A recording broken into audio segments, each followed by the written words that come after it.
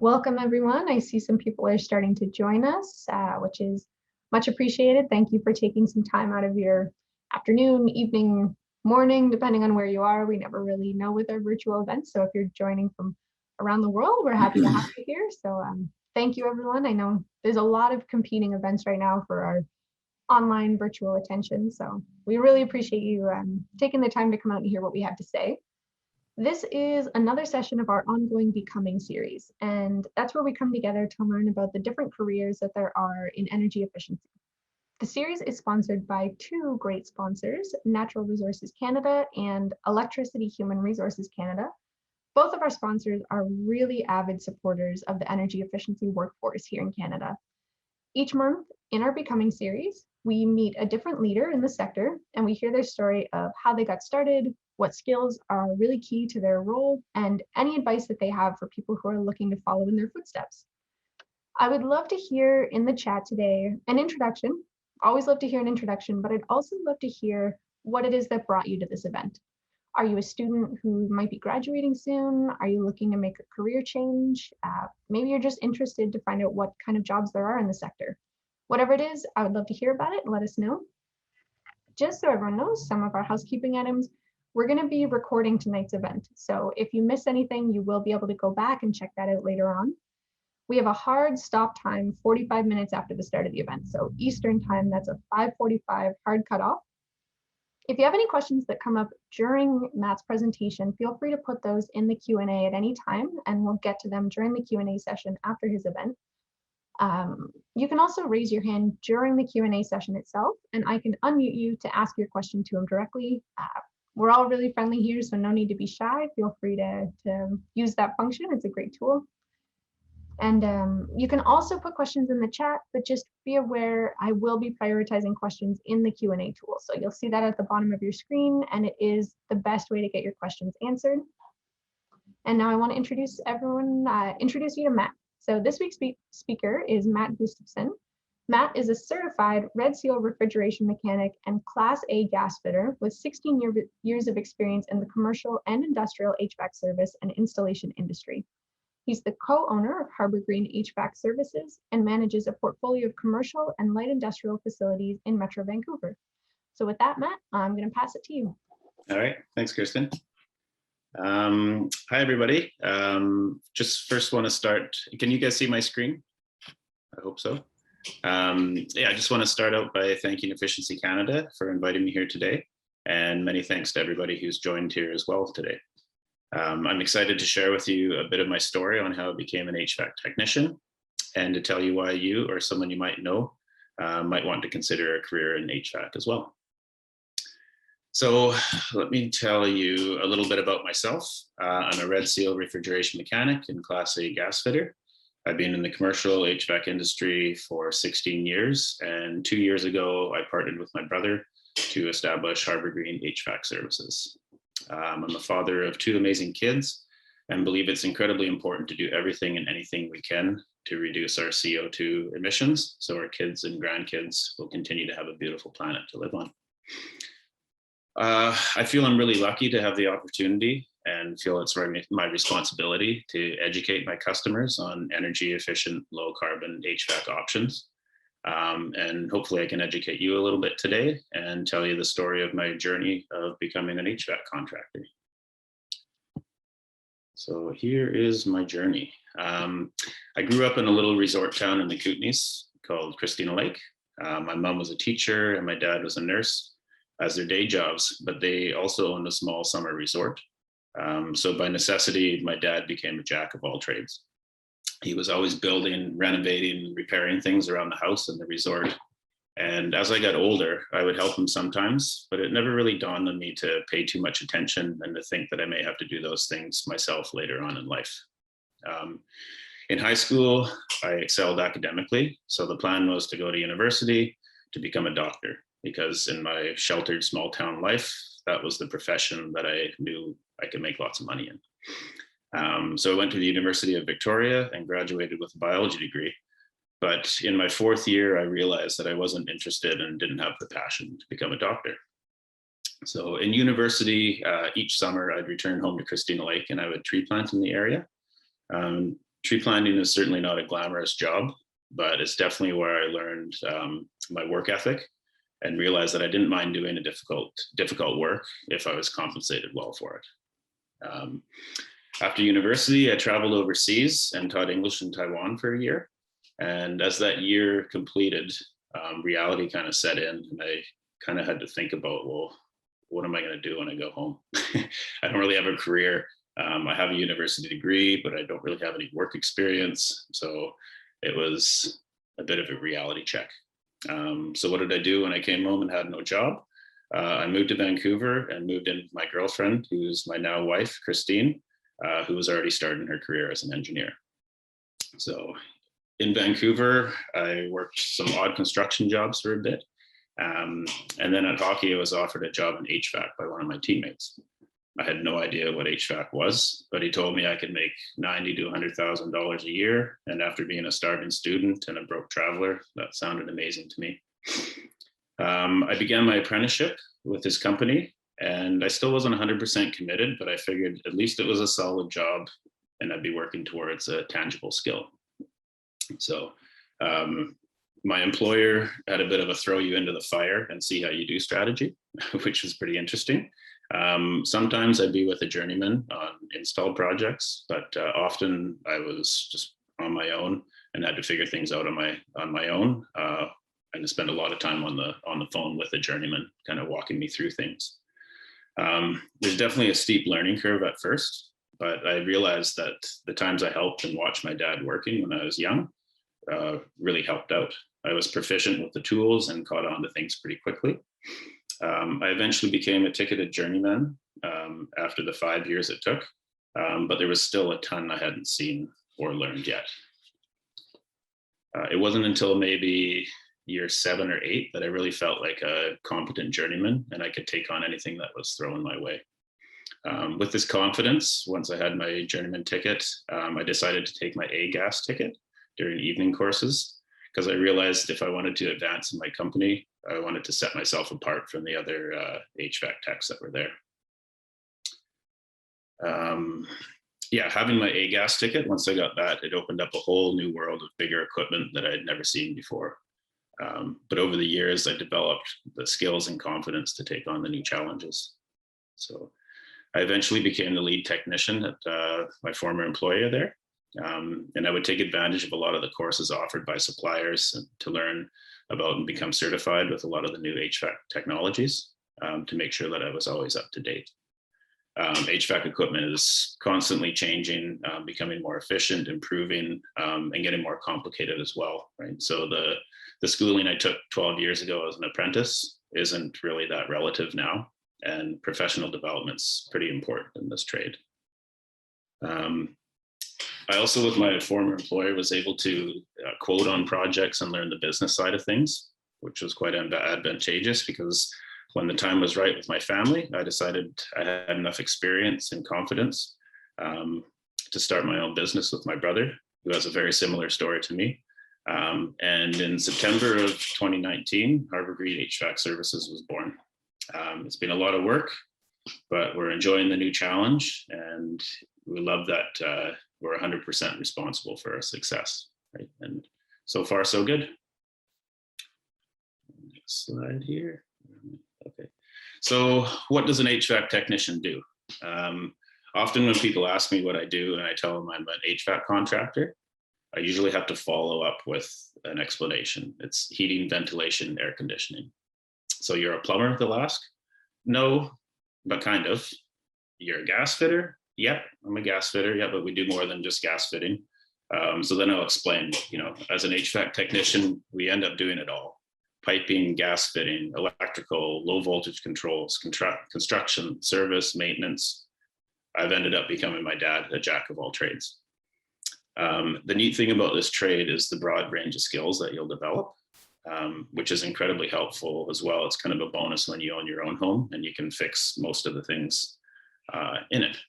And also your mother-in-laws and your brother-in-laws, it can sometimes be a blessing and a curse. So as an HVAC contractor, there's several services that you'll be performing.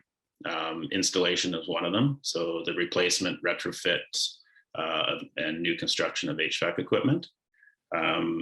So, you're going to be installing things like heat pumps, rooftop units, heat recovery ventilators, makeup air units, boilers, cooling towers, chillers, lots of different equipment that you're going to be installing. Installation work is great on-the-job learning. You're usually, as an apprentice, you're usually on the job site with a journeyman, and they'll be directing you what to do. And even though no two job is the same, the processes can be similar. So the more you do, the more proficient you'll become. So just a few pictures here. A couple rooftop unit replacements. There's a couple heat pump. There's the one in the upper right is a high efficiency cold climate heat pump that we installed, which is a pretty neat project. And speaking about a jack of all trades, here's a picture of my brother roofing in roof penetration for some heat pump refrigerant lines. So yeah, you kind of can see that you'll end up doing lots when you're doing installation. So preventative maintenance is also a part of the trade. So routine checks for safety and operational efficiency to minimize downtime. So HVAC equipment runs often continuously. So moving parts eventually will wear out, filters will get clogged. The equipment can't be ignored.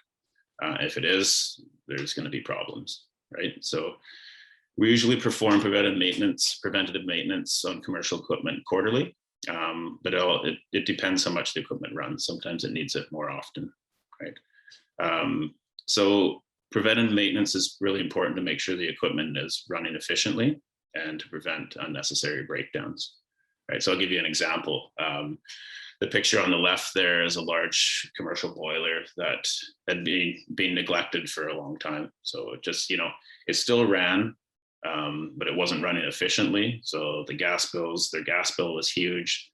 The heat exchanger was sooted up. The burners were filthy, right? So even though it was still heating the water and providing heat to the space, their gas bills were just kept creeping up and up and up, and eventually it'll break down, or it'll just run so efficiently that you can't ignore it any longer, right? So we had to do a big tear down there and clean the heat exchanger and perform combustion analysis on it and just get it back to running efficiently, right?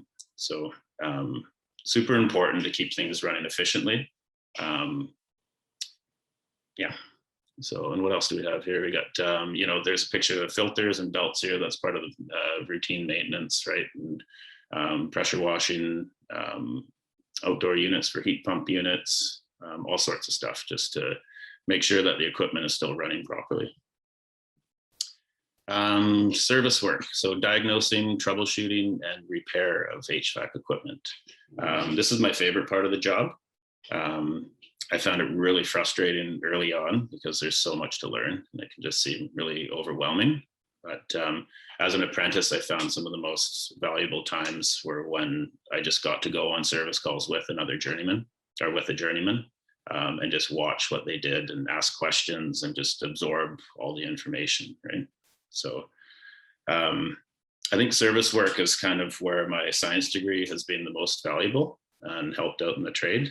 Troubleshooting requires the scientific method, right? You need to observe the problem, formulate a hypothesis based on the observations and your experience in the past, perform measurements and tests to confirm your hypothesis, and then fix the problem once you've figured it out, right? So it can be dangerous if you don't know what you're doing. You're working oftentimes with high voltage electricity. A lot of the older equipment really doesn't have any diagnostics, so you're going to have to learn how to read wiring diagrams. There's a picture on the right of wiring diagrams, which can look super complicated at first, but just the more experience you have, and they'll teach you that in school as well, how to read them. A lot of the new equipment is quite nice. It has diagnostic LEDs that'll tell you, why the unit's tripped off, or you can plug in your laptop with the manufacturer software, and it'll help you troubleshoot and monitor the equipment and figure out what's going wrong with it. So in service, the more experience you have, the better you'll become at it. Having said that, though, it's still important to continue your training to stay informed and up to date on the new equipment. It's constantly changing and becoming more complicated. So yeah, manufacturers are always providing training to ensure that all their equipment is installed properly and by like properly trained technicians. Next slide. Energy management, right? It's another part of the trade. It's a pretty interesting part of the HVAC trade.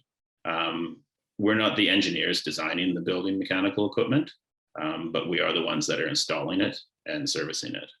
So we get to see the equipment run, watch how the building's performing, and understand the small nuances in the buildings we look after. Right, so this can give us the opportunity to provide building managers and landlords and homeowners with advice on how they can conserve energy and prolong their equipment life. Right, so simple things like occupied and unoccupied scheduling of equipment, installing speed drives on motors, adjusting building set points, understanding the building controls, recommending heat recovery options are all like a few examples of how we can make the HVAC equipment in buildings more efficient. I find that, you know, often building managers or landlords or homeowners, you know, they want the equipment to work. If it's working, nobody's complaining, then everything's fine, right? But, you know, as HVAC techs, we have the opportunity and the ability and the responsibility to make sure that the equipment's running efficiently as well. So, what else we have? Next slide. Customer service is a huge part of this trade. You know, HVAC is probably the most cushy job in refrigeration. So there's a lot of HVAC technicians and a lot of companies out there. So like I said, it's a huge part of the job, especially for a service company like ours. I often hear from residential customers that, oh, we called this other contractor and they said we could come by next week, right? Well, next week doesn't help much if you have no cold and or no heat and it's the middle of the winter, right? So having the ability to juggle your schedule and work productively is a must as an HVAC technician. Showing up in a clean company labeled truck, wearing a uniform, and being friendly and knowledgeable will set you apart from a lot of the contractors out there. So yeah, a huge part of the job is customer service. Business management part of the trade. So this has been my biggest challenge, transitioning from an employee to a business owner. I'm super lucky to have my wife, Kirstin, in my corner. I'm going to brag a bit because she deserves it. Not only is she an engineer, but she's also has her master's in business administration. So she's been incredibly helpful with the business side of things. We wouldn't be where we are right now without her knowledge and expertise. If I had a crystal ball and knew this is where I'd be at now in my life, I probably wish I would have taken maybe a business or a commerce degree. Certainly would have been more applicable and helped me build the business. But, you know, more than my biology degree. But having said that, if you want to learn a lot about snails and starfish, then I'm your man for that as well. Where else are we? Okay, so what makes a good HVAC technician, right? We've gone over kind of some of the things you'll be doing. So you're definitely going to have to be good with the tools, have attention to detail, have a strong work ethic. Oftentimes you're working alone, so you gotta, you know, make your own schedule, be a problem solver, right? That's basically, if you're working in service, that's what you're going to be doing all the time. Have excellent communication skills with the customers, being able to explain what's happening, what's going on with their equipment. Like I said, you need to be flexible, right? Some days I'll have my day completely planned out. Okay, I'm going to go here. I get this service call, and then I'm going to work on this install, and then an emergency service call comes in, and you got to go to that. So your day is going to just change around, and you've got to be pretty flexible. So with that, planning and organizational skills, definitely need that. Good customer service, and then obviously you need to be able to work safely as well. So how do you become an HVAC technician? So where am I here? You're probably not going to get offered a job in a hockey dressing room like I did 16 years ago. So nowadays, a lot of apprentices are taking the refrigeration foundation course through BCIT or the local union school here in British Columbia. The foundation course is a 6-month course that teaches you the basics in refrigeration and gives you some hands-on training. So you'll have some value to your employer when they hire you. Once you get a job as an apprentice, as an employer, you'll work full-time, and then you go to school for 6 weeks in each of your first 2 years, and then for 8 weeks in your 3rd and 4th year. So then once you've completed the schooling and 7,280 hours of work experience, you can write your interprovincial exam. And if you pass that, then you become a red seal refrigeration mechanic. So also in your 4th year of schooling, you'll take your B-gas course and exam to become a B-level gas fitter as well. So this allows you to work on gas-fired equipment up to 400,000 BTUs, which is kind of the residential equipment. If you're just working on large commercial or industrial equipment, then you'd have to take your A-gas ticket. Next slide.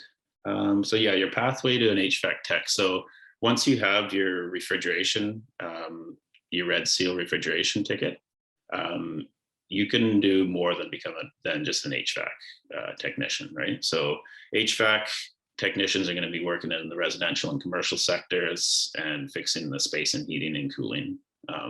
Like I said, that's kind of the cushy, most lucrative part of the refrigeration ticket. But there's also, if you have your refrigeration ticket, there's conventional refrigeration like grocery store equipment, walk-in coolers. Ice rinks have huge ammonia refrigeration systems. There's process in industrial, there's process refrigeration, mobile refrigeration. HVAC techs usually don't do refrigeration and vice versa, right? So unless you're, the refrigeration is quite specialized, and so is HVAC. So there's kind of, there's not many guys that'll do both. Perhaps if you live in a small town, you might end up doing everything. But in general, an HVAC tech is going to be working in the residential commercial sector and, working on the space heating and cooling.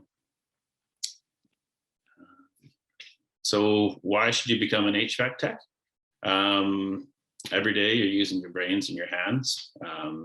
Every day for me is different. Sometimes I don't even know what I'm doing the next day, but yeah, calls will come in and you just gotta react and go. So you're kind of all over the city. You're not stuck behind a desk. It's good to get outside. Often kind of half the work is indoor, half the work is outdoor, which is kind of nice. You got the opportunity to help out the planet, right? We really need to reduce our carbon pollution, and the HVAC industry has a big part to play in that. You'll always be in demand. Everyone needs heating and cooling, so the jobs aren't going anywhere. You can't work remotely. We got to be out in the field fixing things physically. The pay is great. A union wage is over $60 an hour plus RSPs and benefits. So it's one of the highest paid trades. It's usually between HVAC and the elevator union are kind of always jumping over each other to compete for the highest trade. And once you have your ticket, no one can take it away from you, right? So you can work for somebody, but if you want, you can also start your own business. And yeah, that's where we're at right now.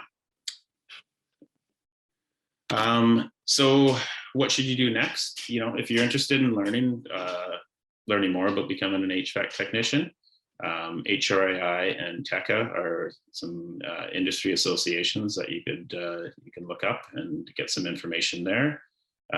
Efficiency Canada is developing some resources for careers in efficiency in energy efficiency. So keep an eye out for them. The UA Local 516 and BCIT are the training providers for HVAC and refrigeration in British Columbia. So you can always get some information there, and myself as well. If you have any questions or would like to chat about the trade, I'd be happy to connect. Yeah, just want to say thank you again to Efficiency Canada and to you guys for joining today. I'd be happy to answer any questions if anybody has some. So I hope that was helpful. Awesome. Thank you, Matt. I think a lot of us have probably felt that pressure to go to university without even really being told that much about the opportunities that there are in the trade. So I think it's really important to have these conversations. Yeah. But that said, I do think snail and starfish facts are very important. So yeah. Awesome. So we're going to turn to the question and answer period now. So if anything came up during the presentation, if there's something you want to know more about, if you're looking for some career advice, Matt's a great resource. So definitely take advantage of that. And we do have some questions in the Q&A box already. You can also vote questions up and down. So if you really want to see something answered, you can give it a thumbs up, and that'll let me know that that's something everyone would like to see and hear more about. So I'm going to go to, so first this question from Ismail. I think you've already answered this, but just to reiterate, I think a lot of people will have this question of what are the main certificates you need to start with? Yeah, I mean, to get into the trade, nothing, right? You know, it's because it's a competitive trade though. Like I said, a lot of kids coming out of high school are doing the foundation course. And that kind of, you know, gives them a bit of a foundation and makes them more employable for, you know, a lot of the employers will hire off of the list that of candidates that have done the foundation course. So yeah, but I mean, you don't need a university education. You can come in out of high school, you can enter right into the trade. Awesome, that's great to know. And so a question from Nathaniel. I'm going to be honest, there's some terms in this question that I don't know exactly what they are. So I'm hoping that you understand me. So okay. He's asking. Me too, we'll see. Cool.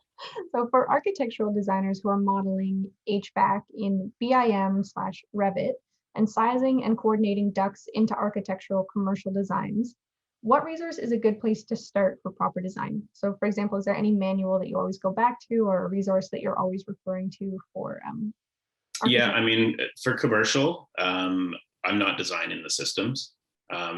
Small retrofits or, you know, small installs, then we can design, right? But if for a big commercial building, the plans are going to be engineered, and we're going to go by the plans, right? So I think that you can, if you try to pretend you know too much, right? Oh, sure, yeah, no, I can design this whole system for you, right? That's where you run into poor installation, poor design. You know, you spend a ton of money on installing the equipment and it's not done properly, right? So yeah, commercial is, and even, you know, for residential as well, right? Like if you're designing the system, you need heat load calculations, right? You need to know the building envelope, the windows, doors, like things need to be calculated before things are installed, right? So yeah, I guess the short answer there would be talk with the engineers. Right? Awesome. Yeah, that makes sense. So we have a question here. When high voltage in HVAC equipment is part of the equipment, how from a liability perspective is the work of a refrigeration mechanic covered? I mean, for myself, I have business insurance, liability insurance, right? So yeah, I mean, my kind of rule of thumb is, you know, when you're troubleshooting equipment, oftentimes you need to trouble it has to be live, right? So be super careful, right? Don't do anything that you don't feel comfortable with. Yeah, if you don't know what you're doing, then ask somebody who does, right? Because yeah, electricity can be, it's not very forgiving, right? So, you know, if you don't know what you're doing, then don't do it. Yeah, my dad's a bit of a jack of all trades as well, and electricity is the thing he doesn't touch. It's right. Yes. Yeah. Mm-hmm. So a question from someone, when you just to follow up on that, I mean, you know, they're in trade school, like you're taught, you know, you're taught proper processes, right? And also, like, as you're learning as an apprentice, it's kind of the journeyman's responsibility to teach you those safety things to do, right? And make sure that they're teaching you proper processes and safe processes. Awesome. Mhm. So a question, it sounds like it takes a couple of years to go through the apprenticeship program. Is there any way to fast track it? Is there any way to shorten the time, or is it, it's pretty standard? Yeah, no, I mean, you need your 7,280 hours, right? Which I think works out to like 5 years, right, of work experience. So there are ways. I mean, I think you can, if you've started in another trade, say as a plumber or electrician, the industry training authority, you can contact them, and they may give you some equivalent hours towards your refrigeration ticket. But no, I mean, you got to go through the schooling. I mean, there's nobody saying, there's nothing. A lot of people work for the 2 years, and then you can do the schooling kind of back to back. So instead of 6 weeks 1 year, 6 weeks the next, if you want, you can do 12 weeks back to back. But there's no way around it. You need to become a ticketed journeyman or red seal refrigeration mechanic. You need those work experience hours. Awesome. So for someone who, let's say they're trying to get into the trade, but you need to have a job before you can register with the ITA. As someone who, let's say they're already working in a different field and they're trying to break into it and trying to meet employers, do you have any advice for how they can start that process or meet employers or take that first step before registering with the ITA? Yeah, I mean, you'll pound the pavement. Really, spring is a good time to look for a job in HVAC, because air conditioning seasons, right? Now is a good time to be looking for one. Find the companies, right? Knock on their office door, right? Use your network. Yeah, I mean, I was super lucky that I just kind of fell into it, but yeah, I mean, you're just I think the most important thing is, if you can take that foundation course, then you set yourself apart. You'll be a lot more employable than someone just, if you are just knocking on an employer's door saying, hey, can I have a job, right? You'll be more employable. Definitely. Yeah, I think the job hunt is the number one time when you're encouraged to be a little bit annoying and be persistent and For always. sure. Yeah. And I remember with my old employer, right? Like we just have like stacks and stacks of resumes, right? That, and it is a bit of the squeaky wheel gets the oil, right? Always check back. Each company might not be ready, or they might have just hired, right? But we see there's a lot of turnover in apprentices too, right? So, they might only last, realize they get the job and realize, oh, this isn't for me, right? So always check back, and you never know when each company is ready to hire, right? But like I said, before the summer, right, that's kind of when things are ramping up. So your businesses are planning, okay, yeah, looks like we're gonna have a busy summer, we got more clients, so yeah, let's see if we can get some help, right? Awesome. So switching gears a little bit, someone asked a question about HVAC systems and HVAC technology. Do you know if there's any equipment that is, super stellar for the environment, but is particularly expensive right now? And in that vein, do you tend to keep up with new products coming out, with foreign products on the market, and all the new, programmable items, and keeping on top of all the new technologies that are coming out? Yeah, I mean, it's important to do that, right? So, I mean, efficiency wise and low carbon wise, cold climate heat pumps are great. Um, I walk the walk. We just installed one in our home, and it's worked out. It's been fantastic. But having said that, they are pricey though, right? So it's kind of chicken and the egg, right? Like the technology's there, for high efficiency, low carbon options. It's just a matter of, we need to get the ball rolling and getting more people on board and more installed, and then the price of the equipment will come down as well, right? So but it's that equipment, yes, you need to stay on top of it. That's why I said that the professional development is super important, because the technologies are changing all the time, and you can't just, this new technology, you can't just throw the system in and throw some refrigerant in and away. Yeah, it's perfect, walk away, it's going to run properly. Like, that's part of the problem too, is contractors installing these new technologies, this new equipment, not being trained properly. So it doesn't perform properly, it gets a bad name, the homeowner's not happy. Look, we just spent all this money on this new cold climate heat pump. It's not working properly, right? So a lot of the manufacturers they won't sell the equipment now unless you've taken the training, because it gives them a bad name as well, right? Always, for example, Mitsubishi cold climate heat pump, they want people to say, wow, this is working great, right? They don't want someone to see that it installed poorly, it's not performing properly, and then say, oh, we spent all this money on a heat pump, it's not working properly, right? That's bad press for them too. So yeah, like I said, a lot of manufacturers make it mandatory that you're trained on their equipment before they'll even sell it to you, so which is a good thing. Yeah, that's awesome. We've got quite a few questions, so I'm going to keep throwing them at you quickly. Sure. So as you moved out and started your own business, do you need special insurance to work on your own? Yes. Yeah. You need like commercial liability insurance, and yeah, commercial for sure. Like whenever we work with new clients, they're always, I have to prove that we have insurance before they'll even work with us.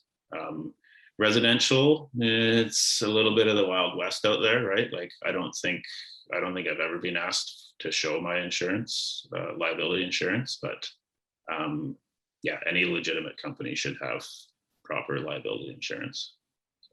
Awesome. And I wouldn't be afraid, like homeowners shouldn't be afraid to ask for it either, right? Awesome. Yeah, it's something I guess you hope you'll never need to use, but you have to have. Yeah, for sure. Awesome. So there are some colleges and trade schools that offer programs that lead to G3 and G2 certificates or oil burning certificates.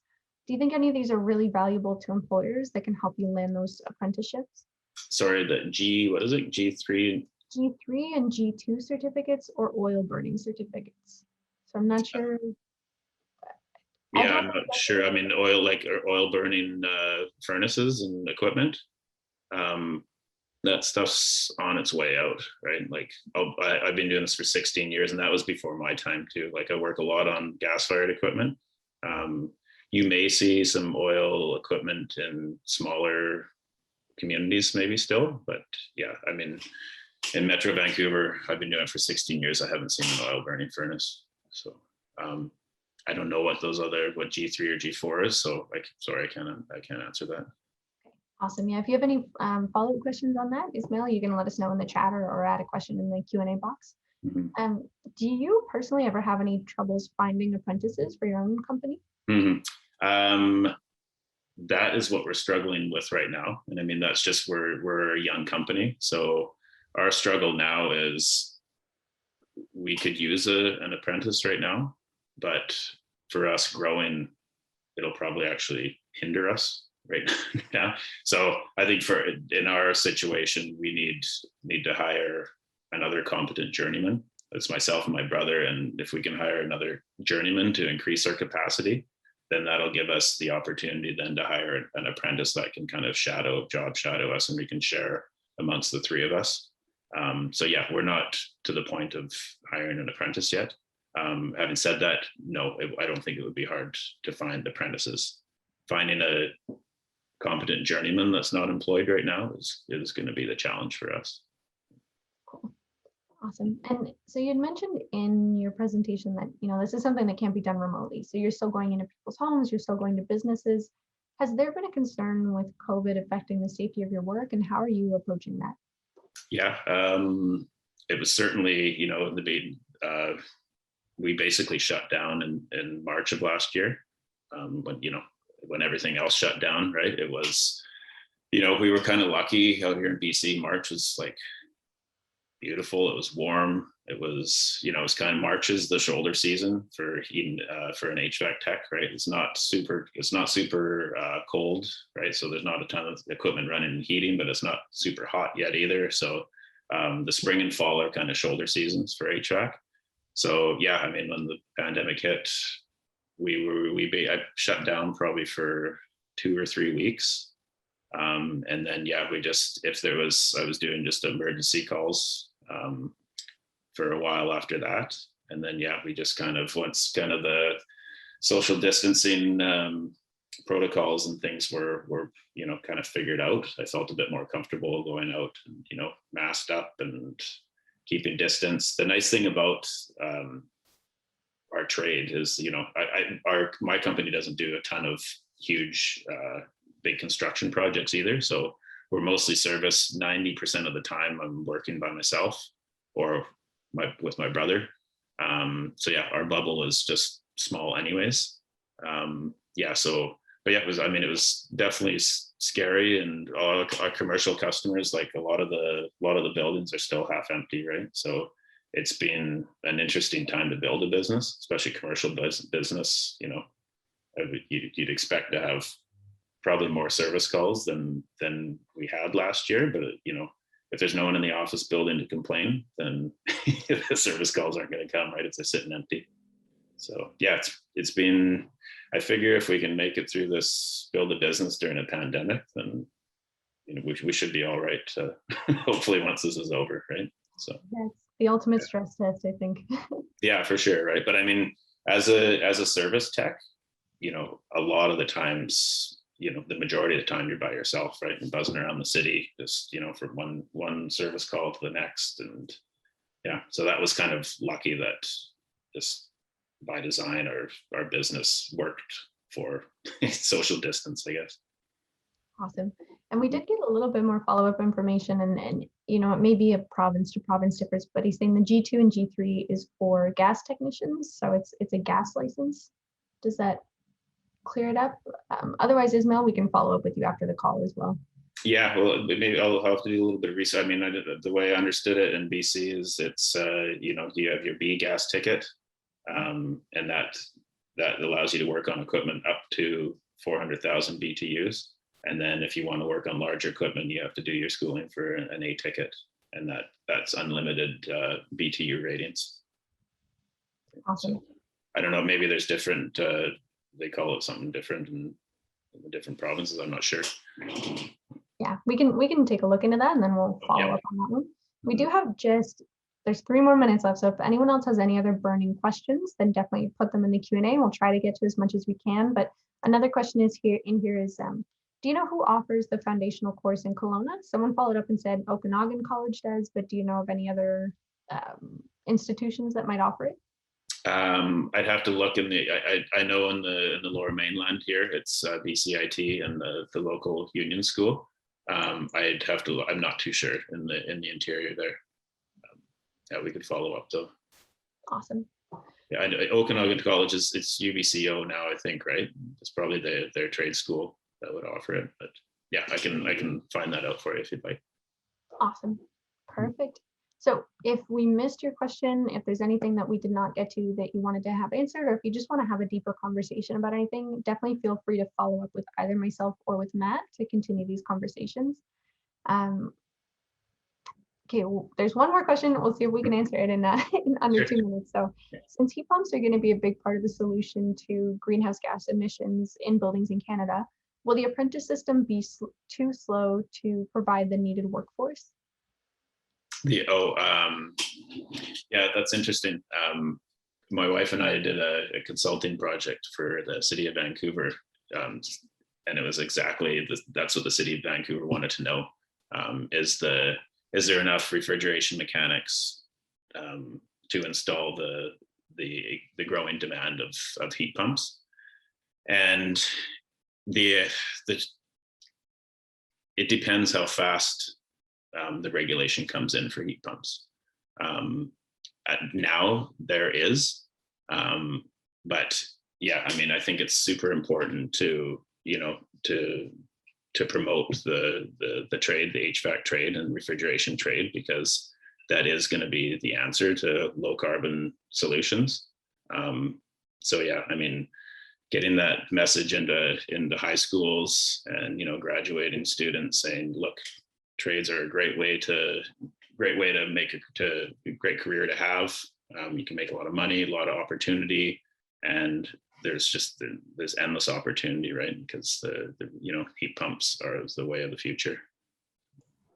And someone did point out in the chat that the budget just came out yesterday, and it's billions of dollars for retrofits. So the industry is just going to keep growing. So lots of opportunity right now. Yeah, for sure. Awesome. Okay, so I'm going to cut things off. We're at 5:45. I do want to say thank you, Matt. Thank you so much for taking the time to join us today, for telling us your story, for answering all these questions. I also want to thank everyone in the audience who joined today for, virtually coming into our homes, for hearing these stories, for asking questions. Definitely, like I said, feel free to follow up with us after the call, and be sure to join us next month for an evening with Corey Maddie, who will be talking about energy efficiency program administration. So how to run those programs out of our energy efficiency utilities. And one final thank you to our sponsors, Natural Resources Canada and Electricity Human Resources Canada, for making this all possible. So thank you, everyone, and have a good night. Right on. Thank you very much, guys.